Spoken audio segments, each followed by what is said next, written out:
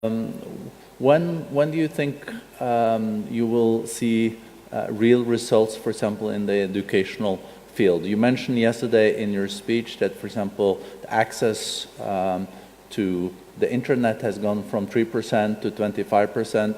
Have you seen positive developments also on the educational side the last years?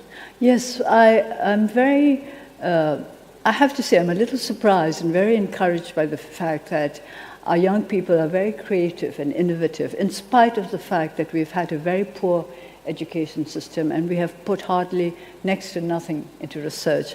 And while we're about it, I'd like to invite entrepreneurs to invest in our young people, to invest in research in Myanmar. I'd like to give a small example.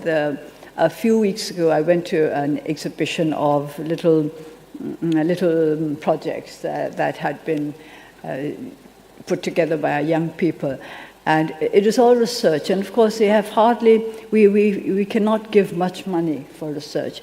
And yet there were a number of very interesting projects. And one that struck me was very simple, but I think this is the sort of thing that we should encourage and that we should invest in.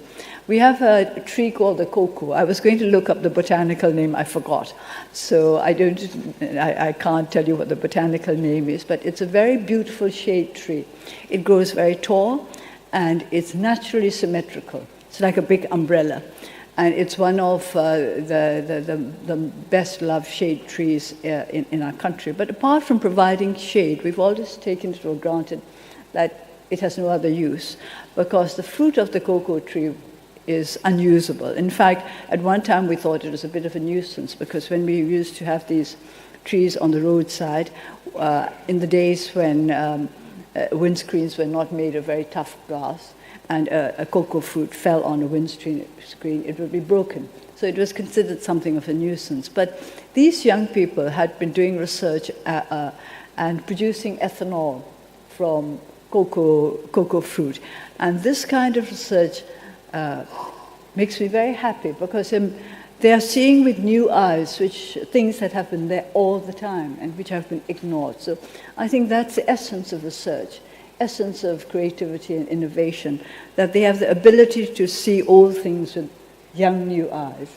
And I wondered whether some enterprising businessmen might not like to invest in the research to find out whether ethanol produced from the cocoa fruit could become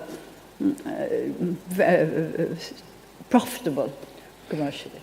So